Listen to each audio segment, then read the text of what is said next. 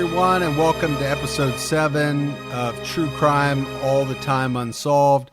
I'm your host, Mike Ferguson, and with me, as always, is my partner in true crime, Mike Gibson. Gibby, what is the word today? It's another great day, man. It's Friday. It's a great day in the neighborhood. Great day in the neighborhood. Yeah, we do record on Friday, so usually when you hear us, it'll be Friday. And we're talking Unsolved. Unsolved. Most of you listeners probably are coming from our other podcast, True Crime All the Time. If you're not, and you've stumbled across this one, make sure you go and listen to True Crime All the Time. That was our first podcast.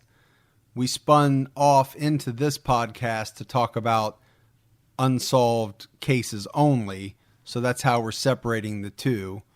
You can visit our website at truecrimeallthetime.com. You'll find all of our social media information there. We've got a voicemail line if you want to leave us a voicemail. Also, click on the merchandising page because we've got a couple of different stores. We've got a new store up now with some mugs and pins and mouse pads and stuff like that. So definitely check that out. I've got to give some shout outs, Gibbs, to our new Patreon supporters. We've got Olivia, we've got Mike, we've got Megan. We've also got Lainey, who's a podcaster in her own right. She hosts the True Crime Fan Club, and, we're friends, have become friends since we started podcasting. That's so cool. A little shout out to Lainey as well. Check out her podcast. If you love the show, make sure you rate and review us on iTunes or whatever app you use on Android. If you're able to rate and review us, do it on there as well. And, definitely tell all your friends. I'm sure you have a lot of friends that are into true crime. I bet you have a lot of friends you don't even know are into true crime. But let them know about the podcast. And that word of mouth, it really goes a long way into helping us keep moving up the rankings. And if you want to become a Patreon supporter yourself, it's very easy. Just go to patreon.com/truecrimeallthetime. You'll find all of our information there. All right, Gibby. Today on Unsolved, we're talking about the Walker family murders. And we're actually kind of going back a ways for us. Our last episode, D.B. Cooper, that went back to early 70s. But now we're actually going back to 1959. This is probably the oldest case we've done by far. I think it is. And, one thing I find very interesting about this case, and you'll see as it unfolds, but it has some ties to a very, very famous case. One of the most famous cases in all of true crime that dates back to this time frame as well. And that's the Clutter family murder. And I'm sure a lot of people are familiar with that, but that's the case that Truman Capote wrote his famous book In Cold Blood about. That's the one where Perry Smith and Dick Hickok were convicted of killing the Clutter family. And Gibbs, I think we'll do that one at some point on True Crime All the Time. That was a best-selling book. Oh, it kicked off. 65. Well, it didn't even kick off. It started the genre. Yeah. I think it was One of the first true crime books. It was the biggest one. Yeah. For sure, I think. So yeah, I don't know when we'll get to it, but that it's a very famous case, and I know we'll do it at some point. But today we're talking about the Walker family murders, and we'll get into that and the connection between the two. But we got to start off Sunday, December 20th, 1959. We're in Osprey, Florida. Don McLeod is coming over to the Walker residence. He's friends with Cliff Walker, right, Gibbs? He is. I think they work together as well. Yeah, I think they do some stuff on ranches, farms, Yeah. things like that. So I think they're friends and they work together. And they come, McLeod's coming over. They had made some plans to go hog hunting. Now, we're talking 5:30 in the morning, right, when McLeod comes to the Walker homestead. And he's expecting the husband, Cliff, to be ready to go hunting. I think he's also expecting to smell coffee and for there to be a little bit of activity going on, but there's nothing, right? As he's walking up to this house, it's completely dark. Yeah. Nothing's going on. And I think what he believes is that he's finally caught Cliff sleeping in. My assumption is that neither one of these guys are sleep-in type of guys, Yeah.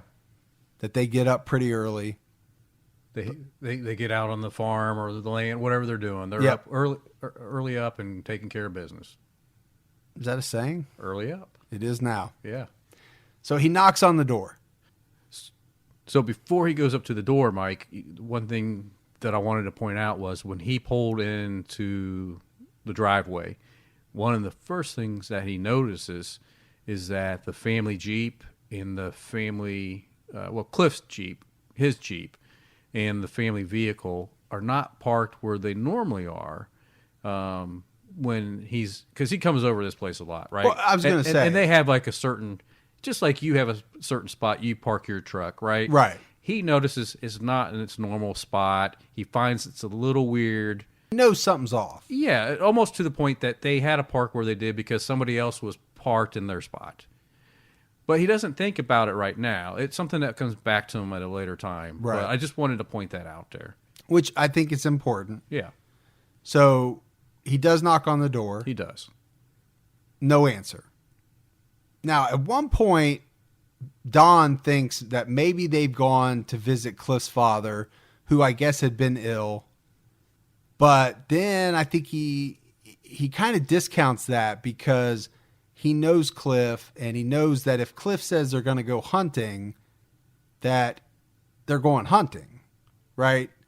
If just like me and you, if I tell you I'm going to do something and I decide to change plans, I'm going to call you, or I'm going to get a hold of you. I'm going to tell you I'm just not going to let you show up at my house, and I'm not going to be there. True. So I think that's what Don's thinking at this point. And as you said, the automobile situation is a little strange. And what he later recounts also is that I think one of the next things that goes off in his mind is that he's afraid that the pilot light on the gas heater has gone out. And that has caused the whole house to fill with deadly fumes. That was probably more of an issue back then, back in those days, that would happen, I assume. You think it happens as much today as it would have in 1960? Fumes and carbon monoxide and... No, talking about the pilot light on the gas heater going out. Okay. You think that happens as much today? No, not with the type of pilot lights that go into... All right, damn it. Then why are you stonewalling me? No, I'm just giving you a hard time. I'm trying to make a point, but I don't know if it's right or not, and you're giving me the stink eye. Anyway, we'll go with it. The front door is locked. Front door's locked. And one thing that Don notices that's very strange is a cut Christmas tree. Because remember, this is December 20th. We're very close to Christmas. Just days away. Days away. There's a cut tree that is outside, and there's also some Christmas gifts sitting on the porch. And I would think that's very strange as well. That is strange. You know, what are they doing just sitting there on the porch? Why would they not be in the house? So he goes around back. The back door is locked as well. So all he can do is peer through the windows. And it's very dark, like we said. It's early morning, 5:30. But he's able to see someone. He can see someone in there, but he can't figure out why they're not answering the door. So he uses his pocket knife. He cuts a slit in the screen door, unlocks it himself, and goes in. As he's entering in through the kitchen, he turns on the light. And the first thing he sees is Christine Walker's bare feet. She's lying on the floor. And I think this is where, again, he thinks that it's the gas heater has killed the whole family. right? The deadly fumes. The deadly fumes. Has killed him. But he goes over to Christine. Yeah, imagine he comes in and rushes over to her and, hey, thinking that the fumes got her. Yeah. Right? And let me hurry up and get her out of here or get some air to her. Yeah, maybe, he can revive her. He can do something. But as he gets down, it's not, he quickly sees some blood. And by all accounts, his account, I shouldn't say all accounts, his account, he realizes very quickly that she's beyond help. She's dead. He can't save her. Right. And I'm sure at this point, I don't know, I'm thinking at this point he thinks it's probably not the gas heater, although she could have fallen down. But I think we're talking about some blood here. Yeah, I think not fall down and... I think he's starting to freak out at this point. Get a scratch on your head or hit your nose or something like that. Right. The next thing he finds in the corner of the living room, he finds Cliff. And Cliff's on his back, and he's got the 3-year-old son, Jimmy, is curled up next to him. Mm-hmm. Again, dark stains underneath both of their bodies as well. And this is where we get into how much blood. What I think what I read, Gibbs, was that it was so much blood that had pooled and was soaked into the wood floor. Yeah, the wood floor wicked it in. Right, so a lot of blood. Yeah. Not a fall down. No, this is pretty bad. Yeah, at this point, he knows that these people have been killed. Somebody killed his friend and the family. And I think this is where, he, like you said, he starts to freak out because he doesn't know if the killer's still inside the house. And he books it out of there and gets outside. So he had come in his truck, right? He brought his truck with him. Yeah, his truck and his trailer, right? Right. And had the horses that they would use for the hunt in the trailer. Right. So he initially gets in his truck, but he realizes that he can get much quicker where he needs to go if he uses Cliff's Jeep. Yeah. So let's just think for a minute. And the reason he has to go somewhere is because this is 1959, right? Well, no cell phones, right? Not a whole lot of people even had house phones. Right. Which I'm assuming they didn't. So at this point, he's in a rush to get somewhere so he can call the authorities, right? And it's not a simple, and this is rural, so it's not like he can just walk across the street to the neighbor and say, hey, can you call the cops for me? Can you call the police, an ambulance, whatever? Right. Okay. Totally different time. Yeah. And a totally different place. We're not talking the middle of New York City. No, we're talking, rural Florida. Not Florida today. Yeah. Yeah. Exactly. So a couple of other things that he notices as he's getting into Cliff's Jeep, because he's decided that's the route he's going to take. He's going to take the Jeep. The windows are down, and Cliff's got a .22 rifle. It's in the cab. And there's also a bunch of feed for cattle. Yeah. That's in the back of the Jeep. And Don, knowing his friend, knows that Cliff would have not left that there. That he would have came home and put that away and protected it. Wouldn't have left it out. And a guy wouldn't have left his .22 rifle probably just sitting in the cab. Well, and the keys are left in the. Yeah. How is he taking the Jeep? Right. He ran out there and the keys are in it. So all of these things, they're not adding up as to things that Cliff would have done normally. But Don takes the Jeep and he actually drives to the local, well, I shouldn't say local, but the closest place, which is IGA. But at the IGA, there's a payphone. Yes. Like you said, he's got to get to a payphone. That's his only way to call the authorities. The problem is he doesn't have a dime. He can't use the payphone without a dime. That's how old it is, too. It's a dime. So he has to keep driving, and he finally gets to a restaurant. And remember, this is very early. And there's a woman that is just getting ready to open the restaurant. And he says, ask this lady, do you have a phone? There's people that have hurt. I've got to call the police. There's no telephone in the restaurant. So again, this is the time we're talking about, right? People don't have telephones in their homes. Right. This restaurant doesn't even have a telephone. But the lady does give him a dime so he can get to the payphone and call the Sarasota police.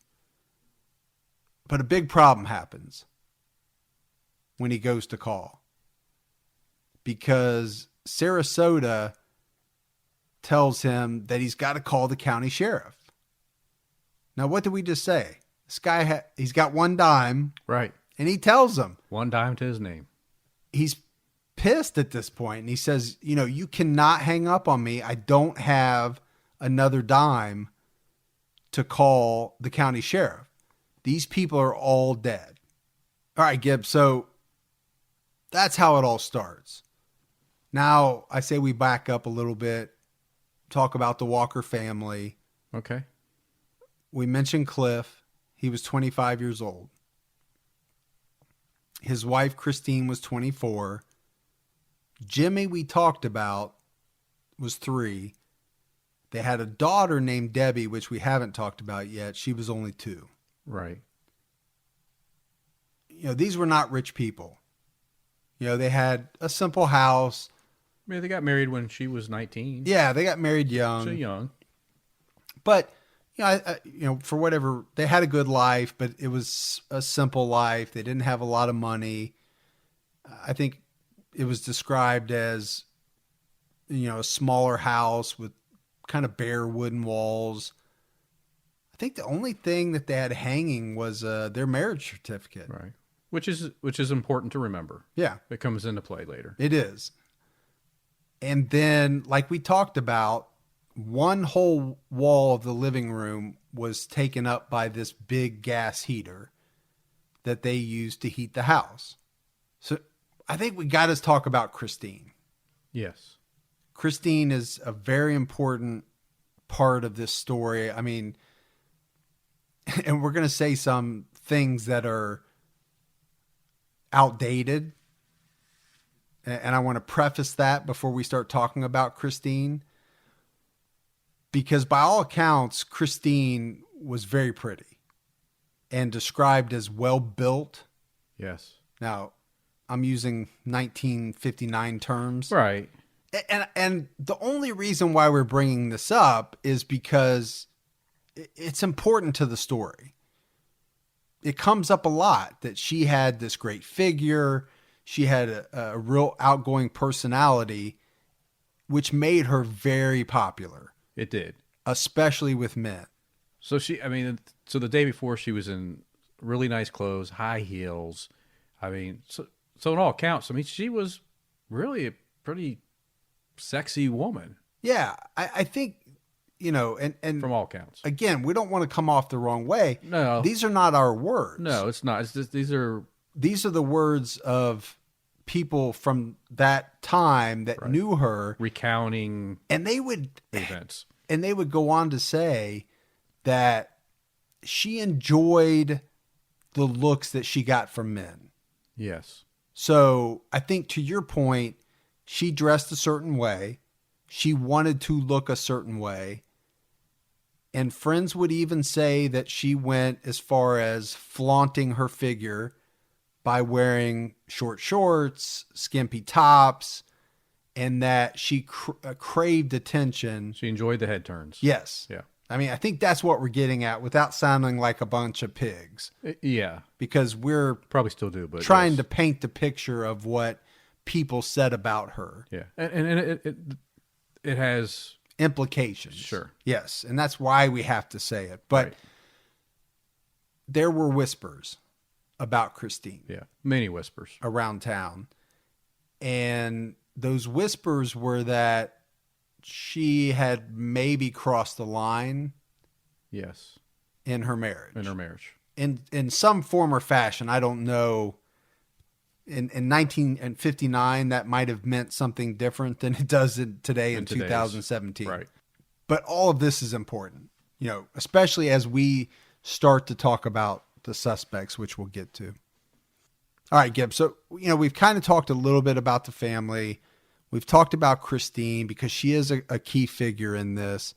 And now we have to back up a day prior to the murder.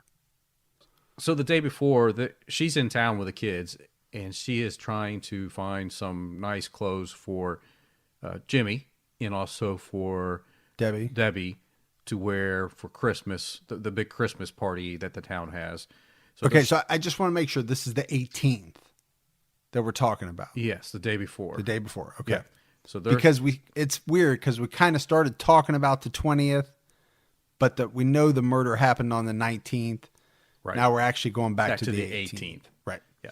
So they're trying to find some nice clothes. They're trying to find some nice clothes while they shop in town. They also, at the same time, Cliff and her have been wanting a new vehicle. They go to the local Sarasota Chevy dealer, and they look for a certain vehicle and shop around, get some prices and things like that. Which I think was Bel Air. I believe it was. Yeah. Yeah.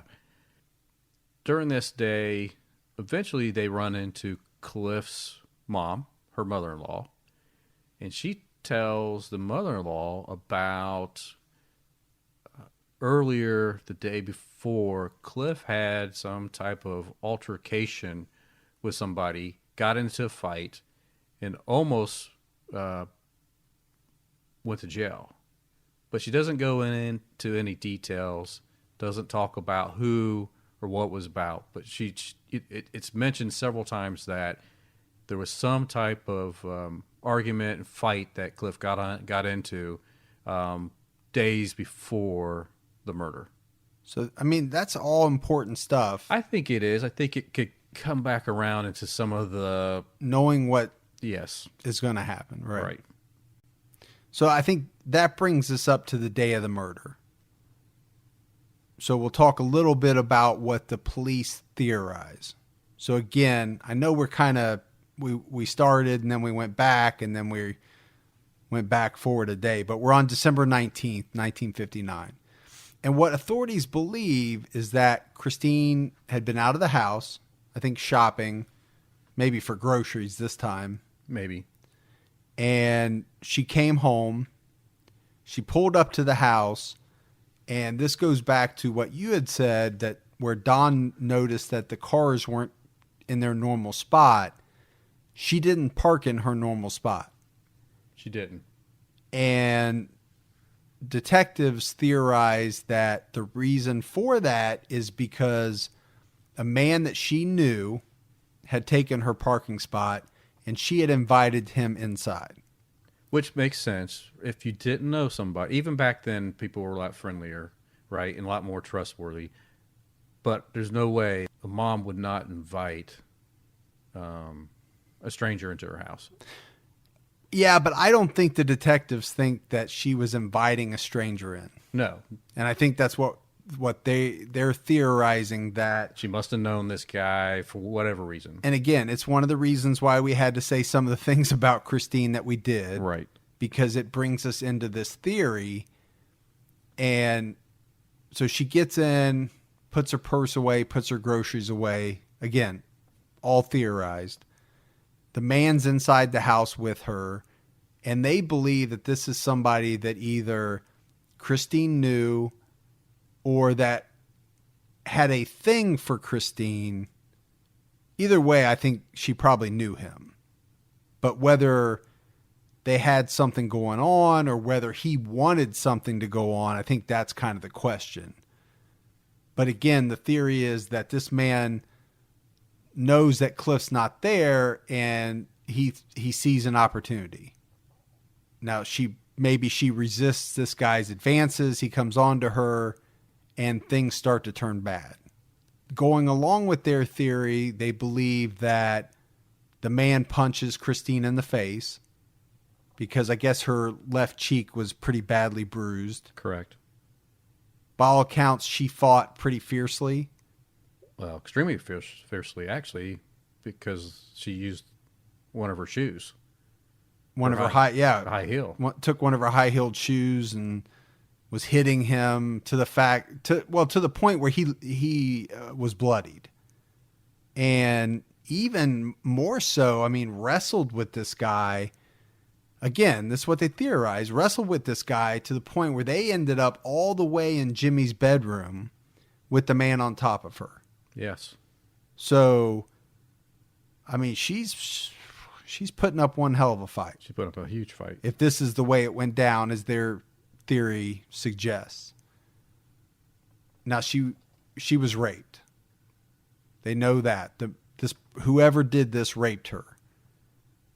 And when he was done raping her, he shot her twice in the head. So that's how Christine died. Yes. Now, this next fact, I think, is very telling for me. Because whoever did this took a quilt from Jimmy's bed. Because remember, they had somehow made their way into Jimmy's bedroom. And covered her body. Now, we know, you and I have covered a number of cases, and the normal thought there is that when somebody takes that level of care in either disposing of or covering up a body, that suggests a level of intimacy. Yeah, and that they know that person know somehow and care and almost feel bad, right? Because if he didn't care, why take the time to cover somebody? Right, to cover them up. The only reason you do that is you felt bad about what you just did, and you don't Right. want to see that, or you don't want the next person that walks in the room to see this person that way. That's exactly why. So, again, it suggests that this person had some type of relationship with Christine, or at least the fact that they were not strangers. They knew each other in some way. You know, Gibbs, one of the most famous examples of this is, you go back to the John Bonet case. This is exactly what happened in the John Bonet case. When they found John Bonet, she was covered. And that was a big theory. And I think one of the reasons why there was so much instant spotlight on the family, because the thought was, why would somebody do that if they didn't have this intimate relationship? Right. So this all happens somewhere between 4 p.m. or after 4 p.m. So he's covered her up. He shot her in the head twice, and we know that the first shot didn't kill her, so he had to shoot a second time that hit her in the right side of her skull, and that's what finally put her down. So the next thing that we know from the police is they believe it's about 4:35 when Cliff and the kids come home. And again, he pulls up, puts the Jeep in a spot where it would not normally be. And the theory is because there's a car blocking his space. Now, Gibbs, you and I know that the killer's still inside the house. Right. Cliff doesn't know that. He doesn't know that. And one of the things that comes out is, why is the killer still in the house? And I think that's a big question that has to be asked and talked about. Well, I think the first theory behind that is that when Cliff got home, the actual crime was still being committed. Oh, okay. Right, that he was still raping, he just shot her, and was just covering her up, and he got home right when that happened. So it was still, within minutes of the murder. Here, Cliff walks in the door. Gotcha. So your theory is that he did not enough time elapsed between Right. him killing Christine, covering her body, and Cliff coming home. Yeah, I mean, it was like, Okay. boom. Which I guess makes sense, because if their theory is that kind of all this happened within 30 minutes, that's not a lot of time No. for all of this to happen and for the killer to get in his car and drive away. So Cliff walks through the front door and he's immediately shot. The murderer shoots and kills him. So we know he was shot in the face between the bridge of his nose and his right eye, and that's all it took. Usually that's going to be something pretty instant, I would think. Yeah, that's pretty bad. All right, so where we're at right now, the killers killed Christine. She's back on the bed, right? Is she on the bed or on the floor? She's on the floor, covered up. She's on the floor, covered up with a quilt, right? Cliff is now dead. He's been hit in the head, and he's laying on the ground. Now the killer has to figure out what to do with the children. Yeah. Because you've got a 3-year-old boy and a 2-year-old girl. So they're just babies. He wastes he or she, we don't know. But the killer wastes no time and empties 3 shots into little Jimmy. Yeah. I mean, he puts the gun, inches from his head. The first shot didn't kill him. Nah, because that went into his cheek, I guess. And so he's writhing around in pain. And like you said, there was 3 shots. The next 2. But the saddest part about it was he's shot, pain. I remember how little he is. Yeah, 3 years old. But as this is happening, he's crawling towards his dad's body, right? Probably looking for dad. Daddy, protect me. Because we know he's scared. We know Don finds him curled up. Yeah, he curls up next to his dad's body. And he didn't fall that way. No. And I think they can tell by the blood pattern that right. He where he was originally shot versus where he ended up being. Yeah, you're right. He crawled, he searched out his dad. I mean, that's heartbreaking. That is heartbreaking. But then you've got Debbie. And Debbie's only 2 years old. Yeah. And by all accounts, they know that she also crawled over to be near Christine because they could tell by the blood stains that she was shot there. Right. Next to her mom. So Gibbs, the killer, shot her in the head, but Debbie didn't die, which to me is very strange. For a 2-year-old to be shot in the head. Now, I don't know where in the head she was shot. Right. But to not die. And not to die. And there's a reason why he didn't fire. Well, according to the sheriff, that their theory is that the killer was out of bullets. Right. That he used the last bullet on her, and because she survived that initial shot, he didn't have any other way to kill her.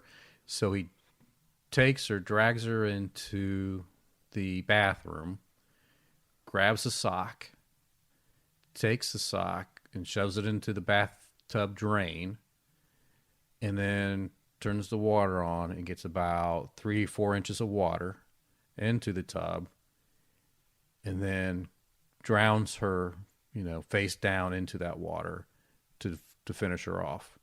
And the sock was needed because apparently the bathtub drain was broken, or the stopper must have been broken.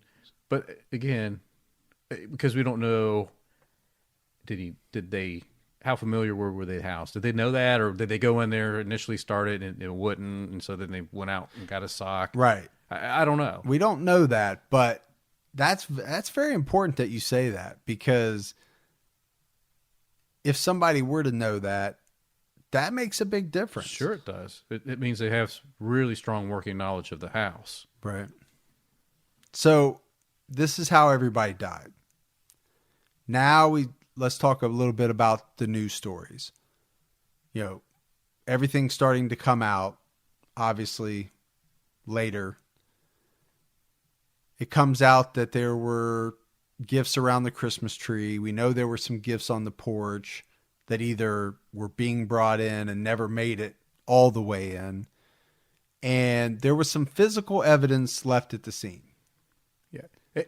And also, because we already talked about the quilt, but also the killer took a couch pillow, right?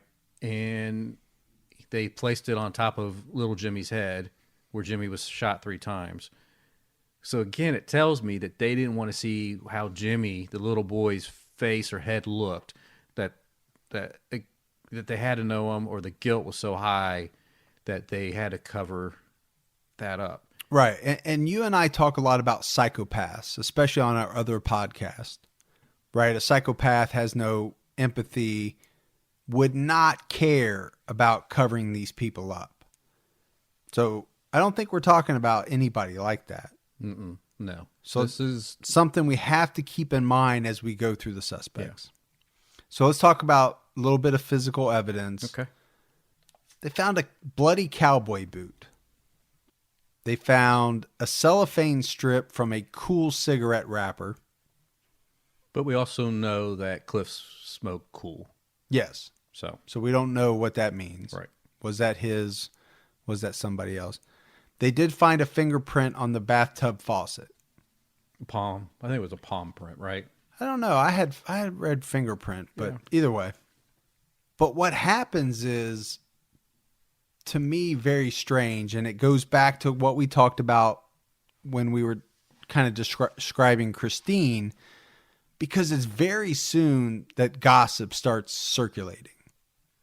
I mean, people are horrified by these murders, obviously, but it's very quickly that they start talking about the fact that, Christine, and again, these are not my words, invited this sexual attack because of the way she dressed and because of the way that she flirted with men. Yeah.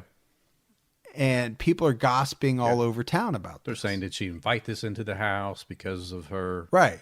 Yeah. I mean, I think the exact quote, and people are going to cringe when they hear this, but there were people that said she had it coming. That was the quote. Are they talking about her promiscuity? Yes. Good word. And obviously that's total BS. Yes. Right? Nobody has this coming. Nobody asked for anything like this. Nobody. No matter what you dress like or how you act, nobody has this coming. No. What I found interesting was that the sheriff had friends and family come over to the house afterwards, right after the bodies were gone, and said, we need to know if this was a robbery. Do you see anything that would typically be in this house? Oh yeah, you're talking about what was missing. Yeah. Mm-hmm. And what I found interesting, and I think you probably did too, Mike, was that, and we talked about it early on, is that it was pretty simple life. They didn't have a lot of stuff, but they had the marriage license hanging on the wall. And one of the things that was taken that's not there anymore was the marriage license framed on the wall. That was missing. And then the other interesting thing, and there's a few, but the other one I thought was interesting is that someone took Christine's majorette uniform from when she was in high school. I don't get that. I don't know. Now, this could be someone thinking that it was always in the house and now it wasn't, right? I don't know how accurate when family gives descriptions like that, It could be, but if that is true, that means something to me. The marriage certificate is symbolic. I think so. And the majorette uniform makes me think that it's somebody that from high school. Right.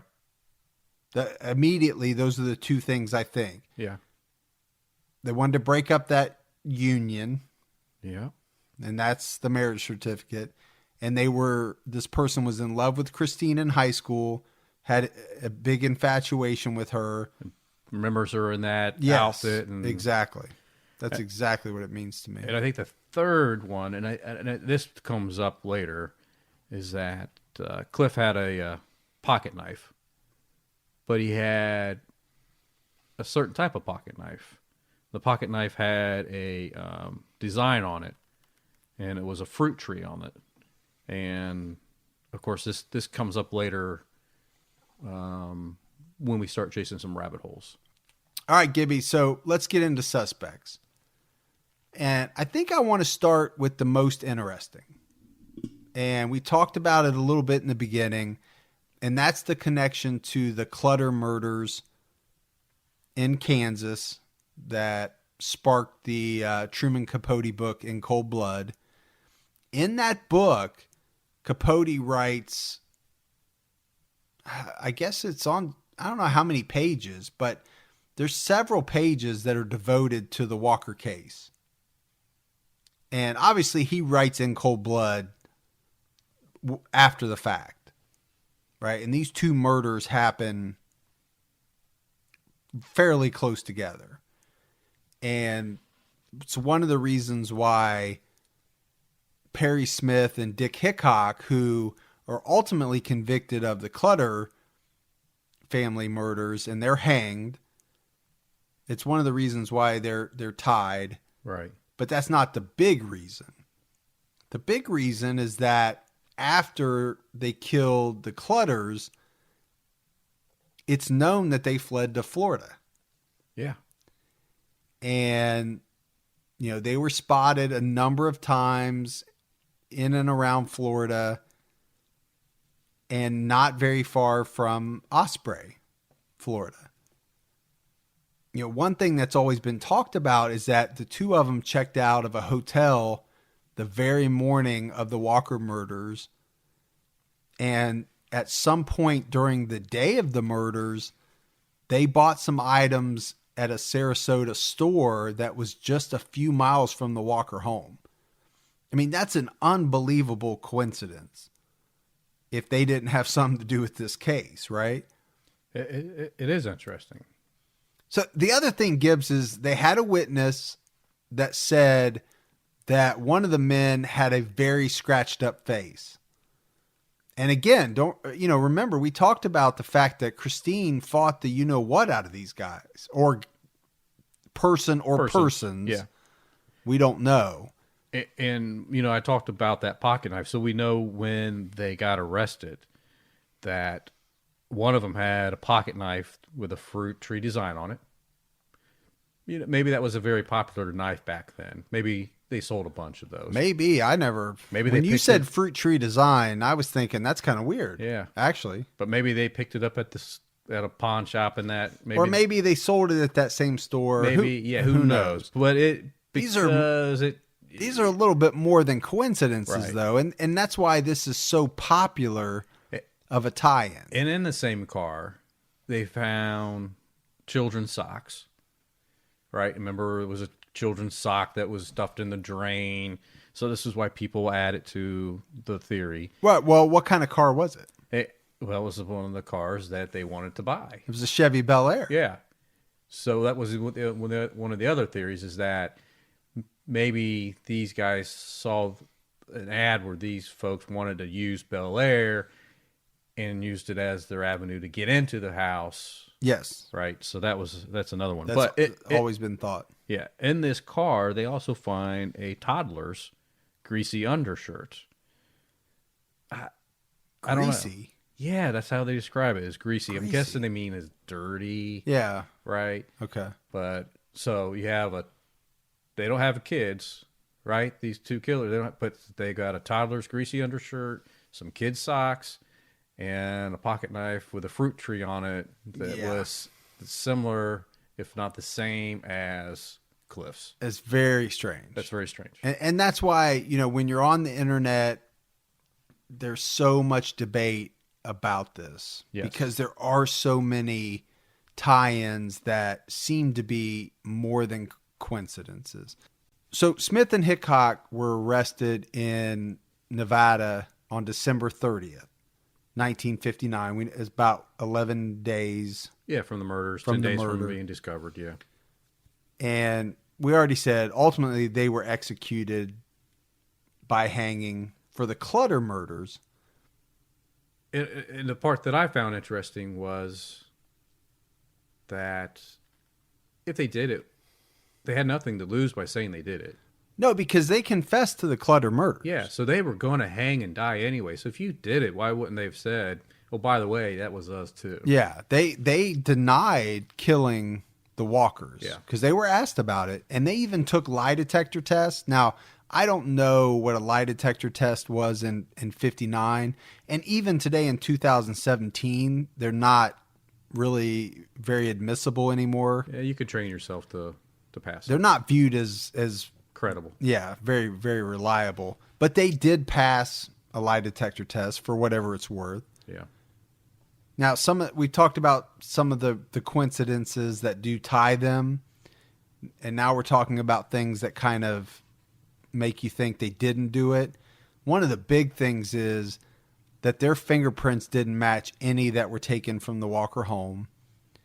Now, you and I talk about fingerprints a lot. That doesn't mean everything. No, it doesn't. But it's something to talk about. It narrows it down. The other thing is, as the police were kind of tracing their trip through Florida, they thought that they would have been near but not in Sarasota. So their evidence kind of contradicted some of the people that thought they had seen them there in Sarasota. So I guess, to me, Gibbs, the interesting part about this is we're talking about 1959, and this comes back in the 2000s because DNA is now prevalent.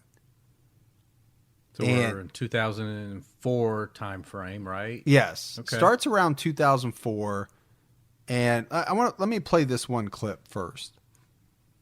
You know, the sheriff's office has a list of nearly 600 suspects that they've compiled in the last 50 years. And these guys were actually suspects for the first 3 months of the investigation and dismissed after polygraph and fingerprints allowed detectives to think that it wasn't them.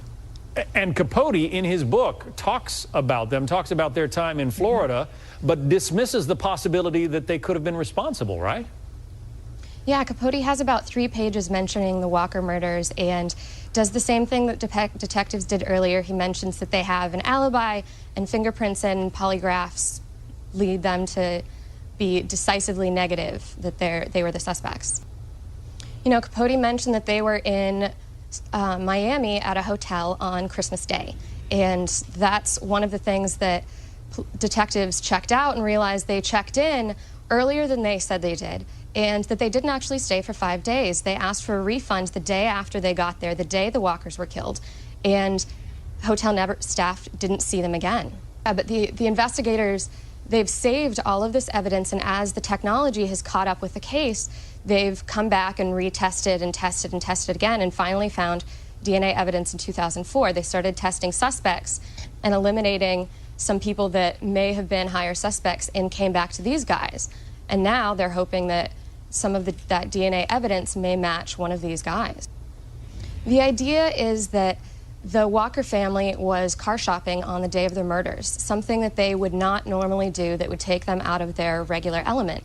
And that Smith and Hickok, while they were traveling the country, were stealing cars or selling off parts of cars or stolen items, and were regularly at car dealerships and gas stations.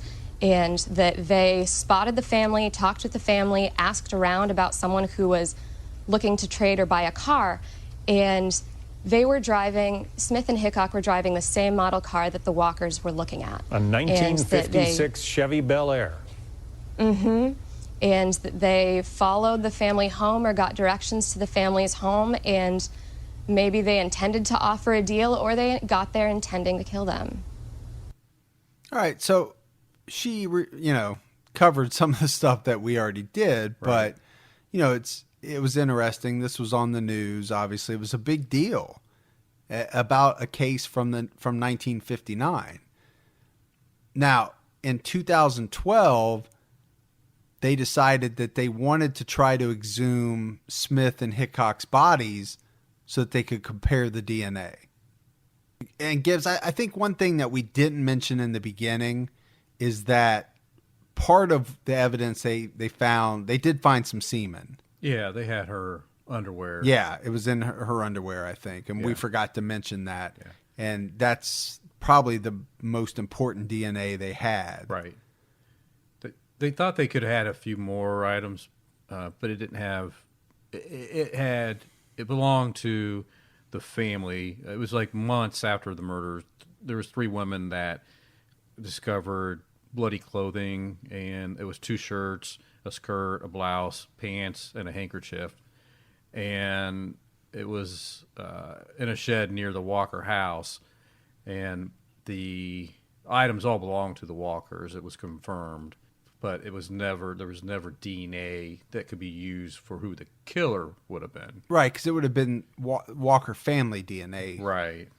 If So it was the their- only thing the conclusion out of that was, in some people's mind, it must have been somebody local then. But again, that's just another rabbit hole. All right, so I got one more clip, because obviously a case from 1959, we like clips, but pretty hard to find clips on the internet from a case from 1959. Sure. But I got one more clip from a pretty famous guy. I think it's very interesting because in 1959, when the Clutter case came, and then 1960, where the current case that they're interested in, there was semen on the panties of the murdered wife in Sarasota. That's the Walker family. The Walker no family. one knows what happened to them and who killed them. That's still unsolved murder. But in 1960, the DNA didn't exist for examination. That only came into being about 1989. So they've held on to this evidence for the unsolved crime for 53 years. Some police department where it's been saved as evidence because it's an unsolved case. Usually that's enough. DNA is very hardy. Semen is very hardy. So even if it's just kept at room temperature, it should be all right. It'll outlive us. And in fact, when if they're going to exhume the bodies of Smith and Hickok, there's a concern that they'll be skeletonized and whatever after 53 years. Our bones and our teeth hold on to our DNA for hundreds, maybe thousands of years. They've been able to get DNA from mastodons, some prehistoric animals, so that as long as his bones or teeth around, they'll be able to get the DNA of those two. But you say they could also turn to family members. They don't have to exhume the bodies necessarily. Yeah, if there are family members of Hickok and Smith around, siblings, they'd be in the 70s maybe or so, or grandchildren or nephews, they may still be able to get DNA from those without doing an exhumation. Well, if they can resolve the case and solve the case now, the decedents, the Walker family, they have relatives and family and friends who want this resolved. It doesn't bring them back, but catching the people or identifying who done it does bring a lot of relief to families. That's a problem because some people kill because they want to be famous. They want to get the publicity that other notorious people have. So we do have some fringe people in society who could be influenced by the fact that other people who killed get famous, even though they just stay in jail. So that's always a risk and always a problem by popularizing these murders. But you feel the search for answers. Yeah, I think the search for answers is more important. I think the concept that police departments have and are brought up that old cases can still be solved with evidence from 50 years ago if they save the evidence and if they bring it forth. The reason why I like that clip is because, and most true crime buffs will know, that's Dr. Michael Baden. And I grew up watching him on HBO. He used to have this show called Autopsies. I was fascinated by that show, and I'm sure a lot of people watched it and recognized his voice. But again, he mentions the semen in the underwear. Now, so they do the DNA test, to make a long story short, on Smith and Hickok. They can't match it. But one of the things that comes out is that the samples are so degraded that it's really uncertain. So basically, Gibbs, I think what I'm saying is it didn't prove that it was them, but they can't disprove it's them either. Right. So it still leaves uncertainty. So some people out there are going to say, Yeah, right, that it could be it them. could be, and it could be. I don't think it is. Yeah, I'm not sure it is either. Boy, it would be just an amazing coincidence. Yeah. So we have, you heard the woman in the earlier clip mention, I think they had almost 600 suspects Yeah. over the years. Now, there was a serial killer that actually confessed to this crime named Emmett Monroe Spencer. But I think he was pretty quickly discredited, and that there's no way that he could have done it. I think by all accounts, the sheriff called the guy a pathological liar, and I think they said that he got most of his information from the newspapers and from true crime novels. That's what I had. So Gibbs, I think one of the most promising suspects was a man named Curtis, and they call him the Lover, right? That's kind of the nickname that he's given on the internet. And the gossip is that Curtis and Christine were lovers. Right. I think that was even backed up by Curtis's cousin Harlan. Yeah. I mean, there was family members that even said they thought they were having an affair. Right. I mean, to the point that they even had accounts that Christine showed up at Curtis's mother's house 2 weeks prior to the murders looking for Curtis. And also kind of disparaging him, saying he was a no good troublemaker. Yeah. Right. So she was saying some bad things about him. Yeah. And this was apparently a time when her husband was out of town. I guess he was in the rodeo or something. Yeah, Doing that's something in the rodeo. That's what I heard. Yeah. And then Curtis, he was young, 21. But he had a history. Yeah, he liked to get into fights, and we know days before the murder that Cliff got in a fight with somebody. But Yeah. we don't know who. But it could have been Curtis. Could it have been him? Yep. Were they fighting over his wife? Or we don't know. Why else would he? I mean, Why else would he be fighting? Yeah. I mean, there's a lot of reasons to fight, but that's the biggest reason, right? If you think your wife is sleeping with another man. The one thing about Curtis is he owned a .22 caliber, Which to me, and I don't know a whole lot about guns, but I do know, if you're going to shoot somebody with a .22, we go back to they had to shoot the boy 3 times in the head. They shot the girl once in the head and it didn't kill her. It kind of makes me think maybe it could have been a .22. Yeah, I don't know that we ever said what it was, and I never read what it was, And I never did either. I couldn't find it anywhere. So, But what you're saying makes a lot of sense. I mean, if it was a .45, because I think I said I thought it was strange that the 2-year-old girl didn't die from one gunshot, Right. but a .22 is a different animal, Right. Right? It's much different than a 9mm or 45 or a 40 or something like that. and for them to say that Christine had to take 2 shots, and Yes. right, and I'm guessing they got lucky with Cliff with 1 shot. They must have hit him in the right spot with a .22. Well, if you it was said a like 22. like in the eye. Yeah. I mean, So it had to be perfect. yeah, if you hit anybody in the right spot, even with .22, you'll definitely kill them. So there were some things that Curtis stated. Number one, he denied ever having dated or ever having an affair with Christine. He also claimed that he had sold the .22 handgun, but he couldn't remember who he sold it to. So that's a little fishy. It's a little fishy. You would think, unless you got 100 guns, you'd remember who you sold that gun to. And I assume they're talking to him fairly quickly. I mean, they're not talking to him 40 years after it happened, is what I'm saying. Right, yeah. I'm surprised that he wouldn't be able to remember that. Apparently, he went through 3 different polygraphs, but the guy was so nervous that all 3 of them were inconclusive. Gibby, there were accounts that Curtis completely changed after the murders.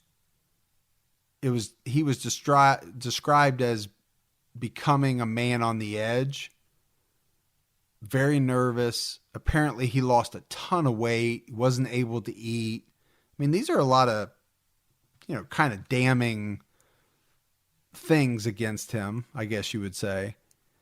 And we talked about Curtis's history of violence. And at one point he was a Florida Highway Patrol dispatcher, and he was fired for neglect of duty. And at another point, he attacked a man who'd been pulled over by a Florida Highway Patrol trooper. And for whatever reason, he started beating this guy, and the trooper had to actually slap Curtis to get him to wake up and stop beating this guy with his fists. Curtis would say he didn't even remember that he was hitting this guy. Wow. So, I mean, you take that for what it's worth. One of the things that I wanted to talk about was the kids. Ages 3 and 2. Some of the speculation is that the killer had to be a local. And a lot of that hinges on the 2 kids. Now, I don't know if they could talk or how much they could talk, but there is speculation that the only reason to kill the kids is because they would have been able to identify the killer. Yeah, that they had knowledge of the person. Right. Right. They knew. And if you're not a local and you're going to be taking off, then why kill the kids? Right. So, I mean, I think that there is maybe some credence to that. But again, I don't know how much ability they would have had to identify. But if they knew somebody fairly well, right, maybe they could have. All right, Gibbs. So the next suspect I want to talk about, his name is Clay. Not much here, but in the early 50s, his ex-wife said that he shot her with a .22 rifle. He'd been arrested for beating his ex-wife and mother-in-law both with a crowbar. So he sounds like a cool dude. Yeah. Like he's got his what together. Sure. But in the end, his girlfriend and his deceased brother's wife, they both provided an alibi. So I don't think he went anywhere, but I'm trying to cover some of the more well-known suspects. So the next one I have, we'll call him Mike. And the reason why this guy was suspected, basically because the sheriff, he was a weird guy. And he carried a .22 pistol. But the big one is he also carried a picture of Christine Walker. That's a little strange. Yeah. So he's a weird guy. I could see him wanting that majorette uniform. Yes. Now, the day of the murders, allegedly, Mike, as we'll call him, he drove a car with 2 flat tires from Sarasota to a town called Arcadia. Does that mean anything? I don't know. Maybe. We know that at Christmas time that the Walker family was going to go to Arcadia for the big Christmas celebration there. But I mean, that's all I know about it. For me, pretty strange in 1959 to be carrying around a picture, because keep in mind, pictures weren't as easy to, you couldn't print one out on your computer. No. You couldn't get one from somebody's Facebook account. He must have had like the high school picture maybe, or something, and he just could never let it go. I don't know, but to me, that's awful strange. Doesn't mean, no, it's just, it doesn't mean much. No, it's just weird. Yeah, it's interesting. That's why I bring it up. Yeah. So the next guy is Butch. Now, a woman told a sheriff's deputy that Butch talked about killing the Walkers to this woman. And she also claimed that Butch's father covered the whole thing up for him by burying his son's cowboy boots Now, remember, they found one cowboy boot. So buried the cowboy boot. Buried the other cowboy boot, which had the walker's blood on it. Okay. So the weird thing about this one is Butch's dad took a polygraph test, which he passed. But there was no indication that Butch was ever even questioned by police. Which is weird. But really all you have is a woman telling a story. There's not a lot of evidence. It's interesting. Right. But there's no evidence other than her. And she could have had an axe to grind with this guy. Sure. We don't know. Next guy on my list is Mosby. We're kind of going by first names here, if you haven't figured that out. Guy was arrested numerous times for rape and fondling of young girls. And apparently it was said that he just had no principles when it came to women or girls, and that he raped a woman while her wheelchair-bound husband watched. But again, there was really nothing that I read or had that tied him in. But again, he was one of the more interesting of the 500 or nearly 600 suspects. Right. Let's go with Stanley. Stanley was a meter reader for the electric company. And right before the Walker murders, he had reached out to a psychiatrist to help him quash what he called an uncontrollable urge to kill his wife and two small children. Now he got on their radar pretty early. And apparently a few months before the Walker murders, there was a 20-year-old University of Florida student that was found dead in his apartment. He'd been hogtied, his head had been wrapped in adhesive tape, and only his nostrils and ears had been left uncovered. He was tortured with a knife for hours, and then his throat was cut. This murder became known as the mummy murder because of the way that somebody had hogtied him and wrapped him up. Right. And it's still unsolved. So maybe we should cover it on this podcast at some point. But the reason why Stanley became involved because his meter route included this person's apartment. And then what happened was they tied it into the fact that his route also included the Walker house. So, Well, he's got to be guilty. yeah, he's got to be, right? So I think that's just a weird coincidence because, I mean, the murders are totally different. I don't think they never found any evidence other than the fact that he just happened to be the meter reader for both places. I think the key is back in 1959, there was a lot of freaky people. It seems like it. Without the internet, without all the other stuff going on, there were still people with issues. Yeah, he seemed like apparently this Stanley guy, he died in 97. He was 63 years old. And by all accounts, he was devastated by the Walker's deaths. His widow said that he used to see the two kids when he would go and to read the meter, and he would talk to the kids. And she just said that when he saw it in the paper, he cried. Yeah, I think he was just one of those names brought up, and like some of the other ones. I think just because of the fact he was the meter reader. Yeah, the problem is shortly after the killings, he had a complete nervous breakdown to the point where he had to get electroshock therapy. Wow.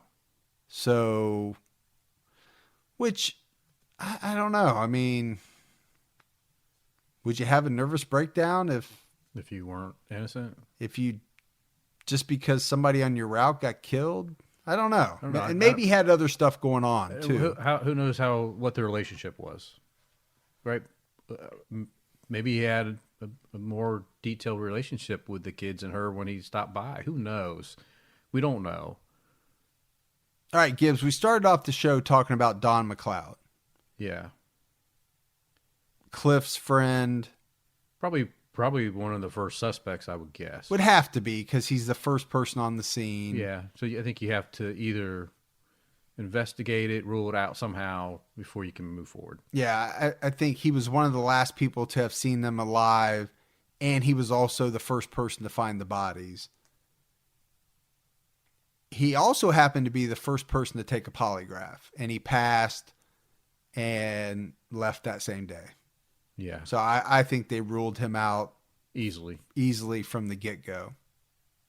All right, now let's get to this guy named Wilbur. Oh, the dirty old man. Yeah, known as the dirty old man, which not a moniker that I'd like to have at any point in time, but he's a suspect that kind of fits pretty well. So Wilbur was 65 years old back at the time of the murders. He was a retired railroad worker who got $101 in pension every month, and he paid $75 of it in alimony. That seems like a lot. That does seem like a lot. I mean, this guy lived off $26 a month. That's not a lot. Unless he had a side job or something. Anyway, he only lived about a mile from the Walker home, and I think it was said that he was their closest neighbor. So they were in the middle of nowhere, really, if you think about it.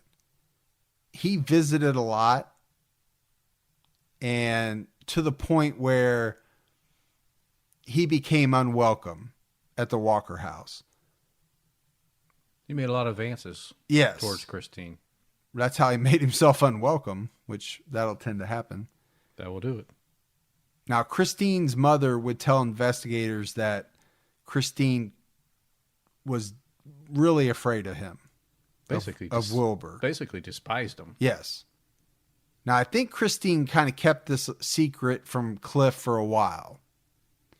But it got to the point where it got so bad she had to tell him. And Cliff wanted to kill this guy. But he had a friend talk him out of it. Could have been Don, for all we know. So he didn't kill him, but he did go to Wilbur and say, you know, hey, don't ever come to this house anymore. All of Wilbur's friends would say that that's all Wilbur talked about was Christine. He was infatuated with her. Sounds like a few people were. Well, I think a lot of people around town were. Yeah. Clearly she was the it girl. Yeah. Yeah. I think so. But, you know, all these things we're talking about definitely put Wilbur on the police radar. You know, what they ended up doing is they retraced his steps that afternoon of the murder. Apparently, he ate dinner in Sarasota with a friend that said they ate sometime between 5 and 7 p.m. And that was a problem for Wilbur because, as we said early on, we know the murders happened somewhere between 4 and 5. Yeah. And he had no alibi for that time. You know, the guy died in March of 1963.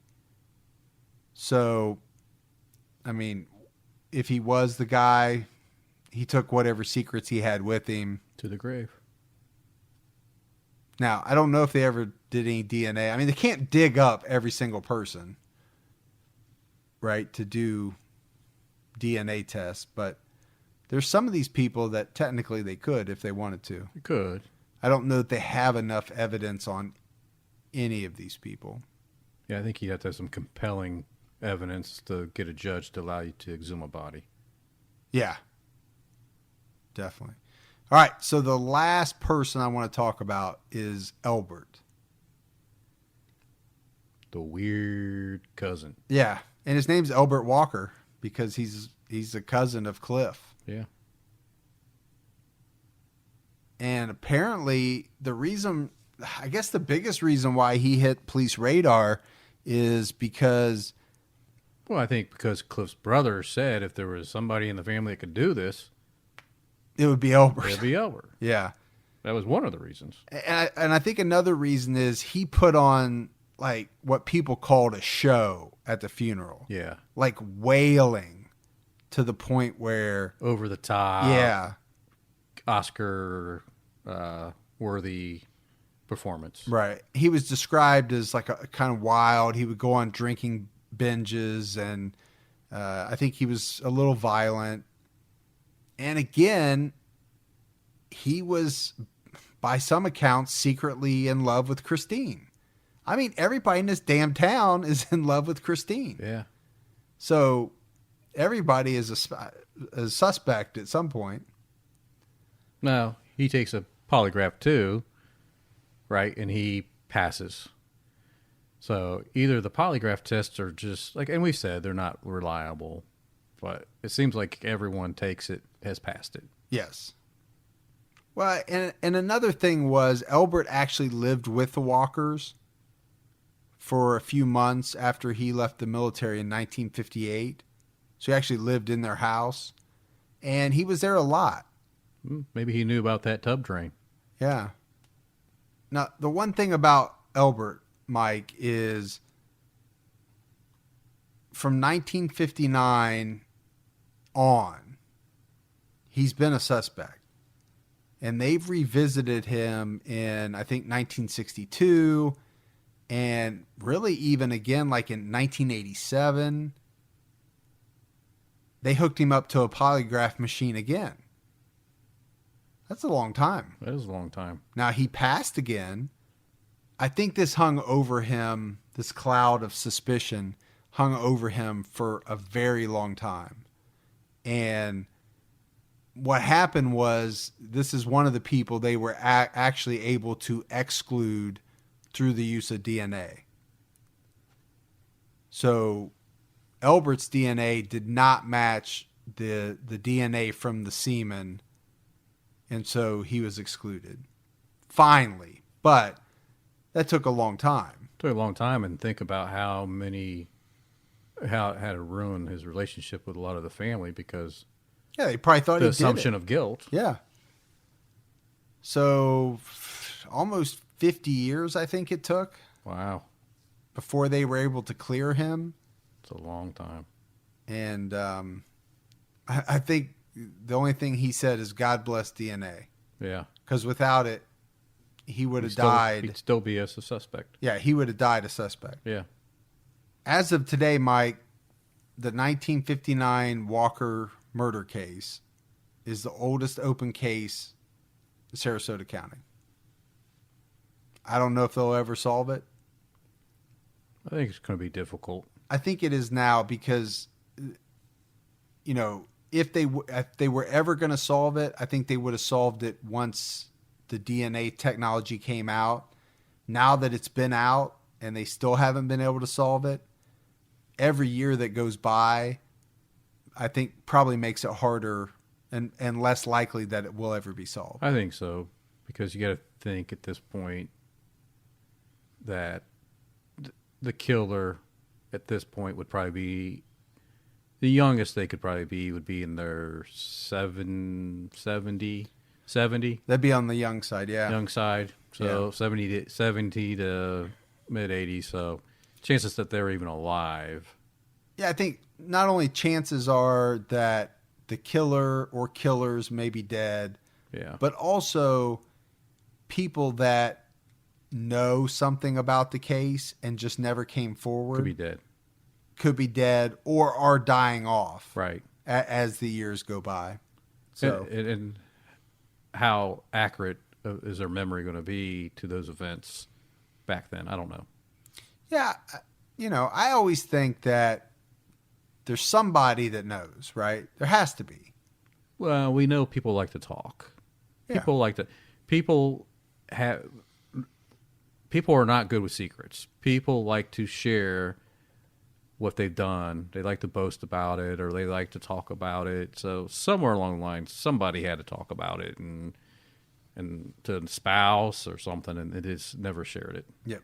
But again, interesting story. I like the way it ties into the Clutter murder, and I think that's something we'll look at doing it on True Crime All the Time. Yeah. All right, Gibbs, that's another one down. Another True Crime All the Time Unsolved. So for Mike, And Gibby. this has been True Crime All the Time Unsolved. We'll see you soon.